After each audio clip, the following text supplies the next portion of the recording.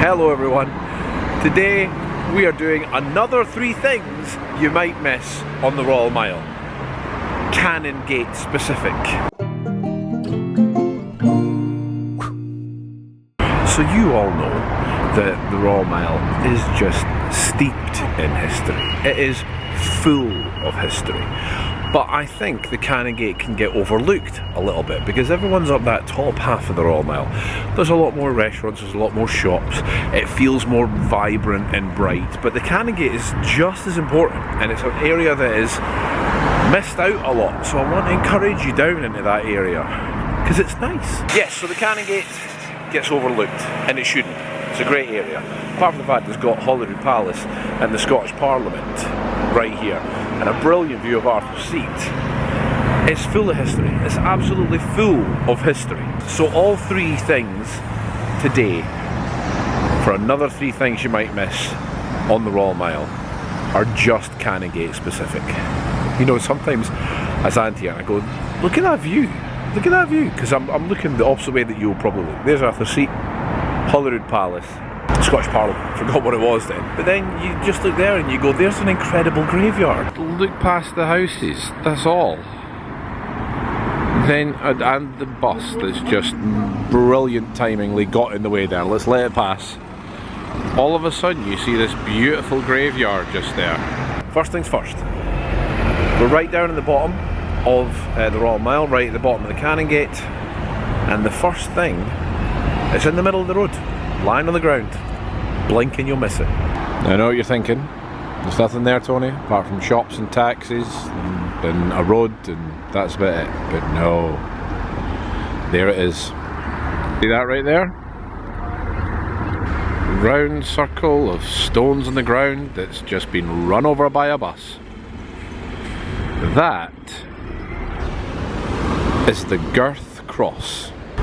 I know it's not a lot to look at right at the base of the Royal Mile here, but that, ladies and gentlemen, is a little bit of history. Well, it marks a little piece of history. And I am standing in the middle of the road, so I'm going to get off here. Essentially, the Girth Cross, right there. It was kind of, anything that seems to have a cross was definitely a place of proclamations and things like that. So it was a little, you know how in, what do you call it?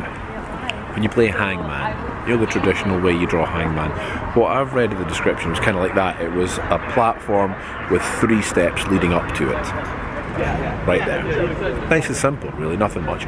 Proclamations would be read from there. Apparently also it marked the outer limit of sanctuary when you were at the Abbey. Remember I showed you the sanctuary stones on actually another one of these three things you might miss in the Royal Mile. When it was an abbey, that was apparently the outermost point of where sanctuary would be given. That's what you had. From there to there, that's what you could do.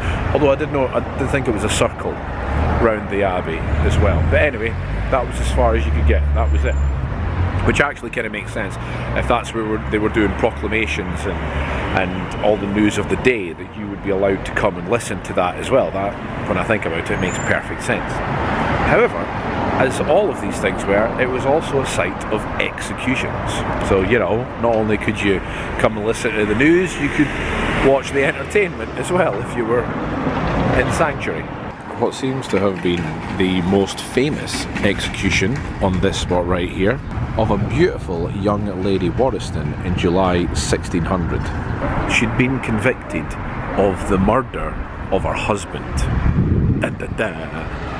And she was beheaded right there. She was beheaded apparently by the Maiden. Now, in case you don't know what the Maiden is, the Maiden predates the guillotine. It was the Scottish version of the guillotine. It can still be seen. If you go to the National Museum of Scotland in Edinburgh, you can still go see the actual Maiden. It is an ominous looking thing. But the thing is, and I've mentioned this before about the Maiden, I can't remember what video it was. I think it was 5 lesser known stories of Edinburgh. I see they're all coming together. The Maiden was blunt.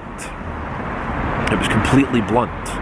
So there was no fine, clean cut right through. Came down and hopefully broke your neck. If not, it really hurt. And if it didn't, they took it up again, they dropped it again, and they just kept taking it up and dropping it, taking it up and dropping it, until it essentially hacked through your neck. So young Lady Wollaston, for the murder of her husband, was beheaded on that spot, on the Girth Cross, right there. And that is number one of 3 things you might miss on the Royal Mile. It is a weekday in January right now. It's January the 16th. So it's quite quiet right now. Not much really going on in town. And it's not too cold either. It's sitting at about 8 degrees. Jacket and jumper is fine in this sort of weather. We are heading about halfway up the Canongate section of the Royal Mile. So about a quarter of the way up the Royal Mile right now. So about a quarter of a mile. We are about 3/4 of the way up the Royal Mile there. There's a toll booth tavern with a clock just peeking out there, and if I gently look up the rest of the Royal Mile, that's us heading towards what the main section of the Royal Mile generally everyone considers. But here, on this section of the Canongate, again if we look down, we have this, a little worse for wear unfortunately. I think it needs a little bit of love and attention, but this marks the spot of St John's Cross. St John's Cross was what's the word? A kind of a boundary marking point between the borough of Edinburgh and the borough of Canongate. Because remember, the Edinburgh used to be just ended there at the midpoint of the Royal Mile, where the boundary, the walls, flooded wall and everything used to go around Edinburgh. So that was there. And this would mark the sort of start of the whole Canongate area, which itself was a village or town or whatever you want to call it to himself, a borough to itself. And this Order of St John was thought to have owned a lot of territory, a lot of houses and things in this area. So it was the Cross of St John. In fact, there's a plaque on the wall right beside it, right here. The cross on the road marks the site of the original standing cross of St John, which was on the boundary between Edinburgh and the borough of Canongate.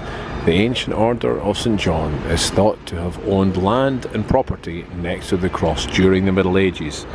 The cross was set in place during 1987 by the Venerable Order of St John of Jerusalem to mark the 14th anniversary of the re-establishment of the order in Scotland. And actually, if you search about this sort of area, there's other bits that contribute to this little bit you might miss.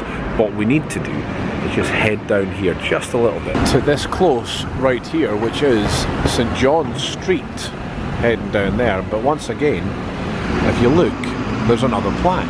This is like a treasure hunt. I feel like we are in some sort of Knights Templar Masons sort of thing here. St John's penned. The Knights of St John. See the Knights? It definitely feels like that sort of thing, doesn't it? The Knights of St John had their houses in this district. The entrance to the street was built in 1768. Houses occupied by famous families and occasionally by Smollett. I don't know what Smollett is. I think it's the cousin of Smurfette. You can still see St John's Cross. We just need to again head a little bit further down. It's in the churchyard. This is the Canongate Kirk right here. So all you need to do is walk in, turn immediately right, and just head round this old kirkyard here. And there it is. Still kind of on the Royal Mile, still definitely in the Canongate. But this is what used to stand where that marking on the road did. This is the old St John's Cross, which has also got on it Canongate Market Cross, which is essentially what it was. Same as the Market Cross, 3/4 of the way up the Royal Mile as well. That is number 2 of our 3 more things you might miss on the Royal Mile. Number 3 on our list. Before we get started on number 3, I just want to give a massive big shout out and thank you to these incredible people, whose names you can see in front of you right now. These are the amazing people who support the Broonford channel on Patreon. So for that, thank you so much guys. You know how much your support means to us. For those of you that don't know what Patreon is, it's just a way you can support and help the channel, and for that you get various amounts of extra content.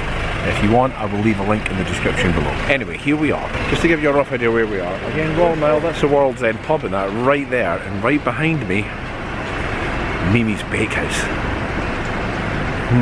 But that's not what we're here for. What we're here for is the block opposite us. This building right here. This building, or at least this block of buildings here, was apparently known, I've never known it as this, but was apparently known as Morocco Land. The reason lies halfway up the building, right there. If I can just zoom in on this little statue right here, this guy right there. This little statue is of a Moorish man, apparently, wearing a turban and necklace. Story goes that apparently in 1633 a young Edinburgh resident called Andy Gray was sentenced to death for rioting after the coronation of Charles I, because he apparently set fire to the provost's house. The provost would be kind of like the mayor, I suppose is the best way. So he was sentenced to death. So he fled and escaped to Morocco. Whilst he was living in Morocco, he apparently amassed quite the fortune. I don't know what he was doing. I don't know how he became wealthy. Whatever he did there, it worked. He became wealthy and in 1645 returned back to Edinburgh. Now his cousin had got ill because the city was just riddled with the plague at the time. So he, don't know how, but from Morocco, maybe he had some herbs or spices or something, but he nursed his cousin back to health. His cousin also happened to be the Lord Provost's daughter, so I don't know if that means he set fire to his uncle's house. Anyway, since he managed to nurse her back to health, his order of execution was stayed. They wouldn't kill him anymore, so well done him. And then he married her. Just met a lovely subscriber from China there. I didn't catch your name. Hello. That was so nice to meet you. So nice to meet you. I've lost track of where I was. Yeah, sorry. So he married his cousin, who he came back to help, who was also the Lord Provost's daughter, and his execution was stayed. And they went on and had a lovely life together, apparently. And in, I don't know, probably in recognition of his time in Morocco, or thanks for what he did there, he built this little statue right there. I think he may have built the whole block, I don't know, but the statue's for that. So there he is, little Morocco Man. And there you have it, guys. 3 more things you might miss in the Royal Mile. Hashtag Canongate edition. So please do venture down further onto the Royal Mile, past the centre section down to Canongate, because there is so much to see and do here as well. So be brave, explore. I think we will leave it there for today, guys. As always, if you've enjoyed the video, please give it a like, leave a comment, and a big shout out to Erica Lou. Thank you for watching and commenting on the last week's video. Please subscribe if you haven't already. But till next time, bye humans.